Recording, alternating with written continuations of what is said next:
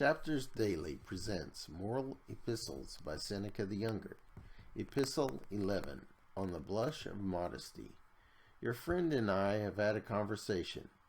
He is a man of ability. His very first words showed what spirit and understanding he possesses, and what progress he has already made. He gave me a foretaste, and he will not fail to answer thereto. For he spoke not from forethought, but he was suddenly caught off his guard. When he tried to collect himself, he could scarcely banish that hue of modesty, which is a good sign in a young man. The blush that spread over his face seemed to so rise from the depths, and I feel sure that his habit of blushing will stay with him after he has strengthened his character, stripped of all of his faults, and becomes wise. For by no wisdom can natural weakness of the body be removed. That which is implanted and inborn cannot be toned down by training, but not overcome. The steadiest speaker, when before the public, often breaks into a perspiration, as if he had wearied or overheated himself. Some tremble in the knees when they rise to speak. I know of some whose teeth chatter, whose tongues falter, whose lips quiver. Training and experience can never shake off this habit. Nature exerts her power, and through such a weakness makes her presence known to the strongest.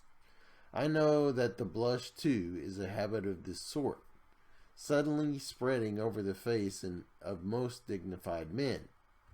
It is indeed more prevalent in youth, because of the warmer blood and the sensitive countenance. Nevertheless, both seasoned men and aged are affected by it.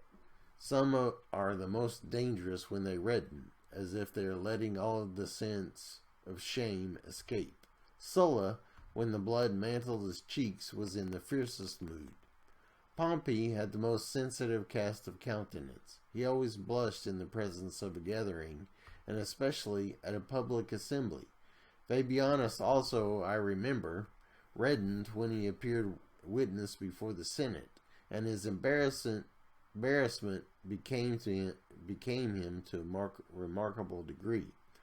Such a habit is not due to mental weakness, but to the novelty of the situation. An inexperienced person is not necessarily confused, but is unusually affected because he slips into this habit by natural tendencies of his body. Just as certain men are full-blooded, so are others quick and mobile blood, and it quickly rushes to their face. As I remarked, wisdom cannot remove this habit, for if she could rub out all of our faults, she would be mistress of the universe. Whatever is assigned to us by the terms of our birth and the blend of our constitutions will stick with us, no matter how long or how hard we may have tried to master itself. And we cannot forbid these feelings any more than we can summon them.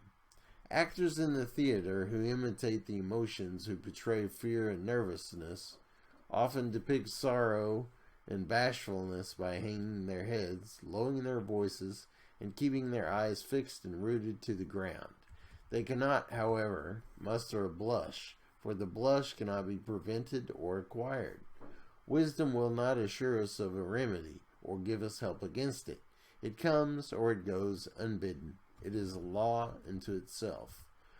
But my letter calls for its closing sentence. Hear and take heart this useful and wholesome motto. Cherish some man of high character, and keep him ever before your eyes, living as if he were watching you, and ordering all your actions as if he beheld them. Such, my dear Lucilius, is the counsel of Epicurus.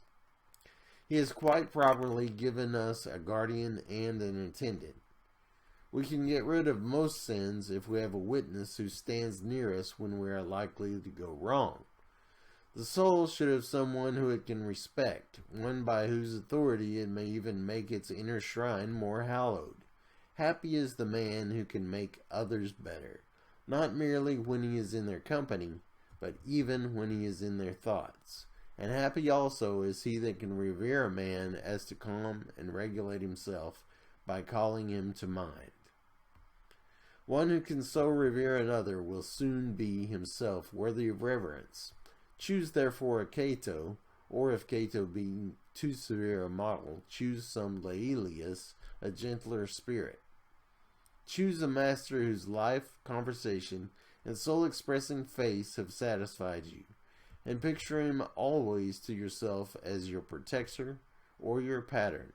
For we must indeed have someone according to whom we may regulate our characters.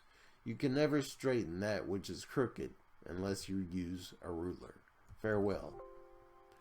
This has been a reading from Seneca's Moral Epistles, Epistle 11, on the blush of modesty. Remember, you can listen to all the installments from Chapters Daily, where we make ourselves better.